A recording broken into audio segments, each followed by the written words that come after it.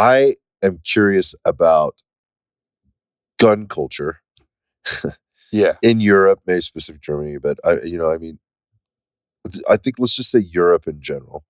So I want to start with that, but then I also want to get like like comparison and contrast of like the United States or even other countries because I don't have any experience anywhere else.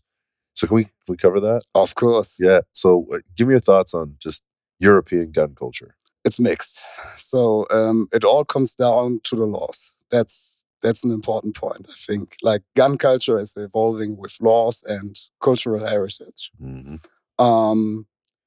So first off, it's not impossible to get a gun, at least in Germany. It's actually pretty easy. You have to decide, do you need it for hunting? Okay. Do you need it for competing? Or do you just want to be a collector?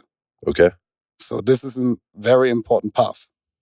Collecting is not that easy. You can't just say, I like guns, I collect them. You need like some educational background to do licensure and stuff or whatever. Exactly. Okay. So you really need to open something for people to visit or whatever, or do some historic documentations.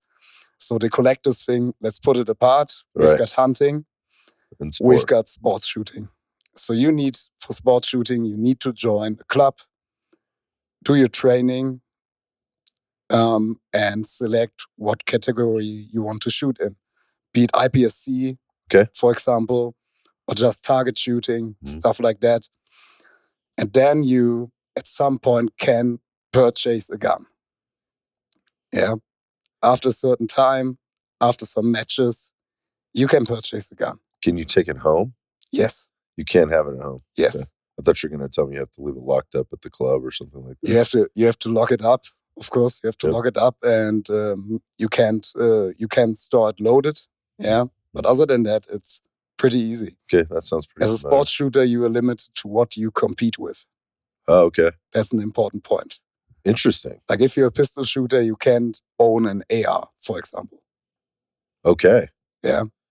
So it's much more regulated than it is here. Definitely, it is. I mean, I guess I'm not surprised by that, but that's, I mean, okay, so there's regulation and there's what's really going on. But you can actually go down another part, which is hunting. Oh, right. You mentioned that. Yeah, and for hunting, you basically need to do a hunting certificate. Okay.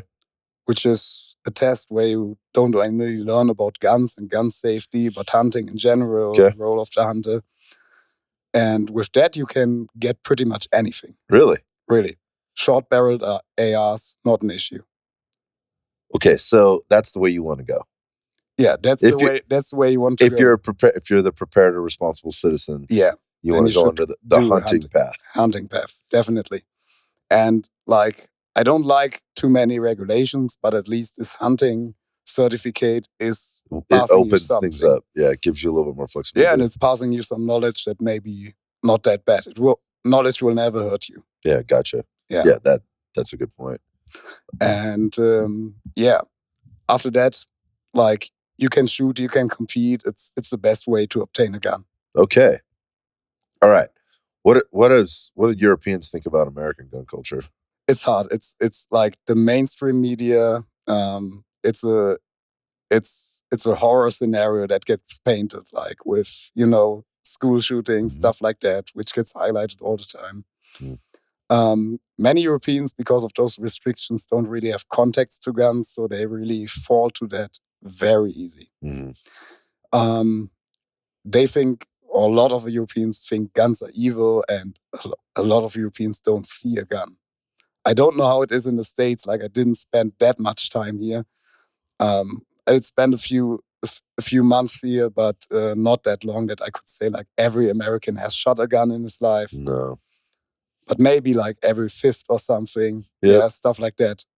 In Germany, it's way less. So, I mean, I wouldn't know anything about those numbers, but I can tell you that, regionally, that makes a lot of difference. Yeah.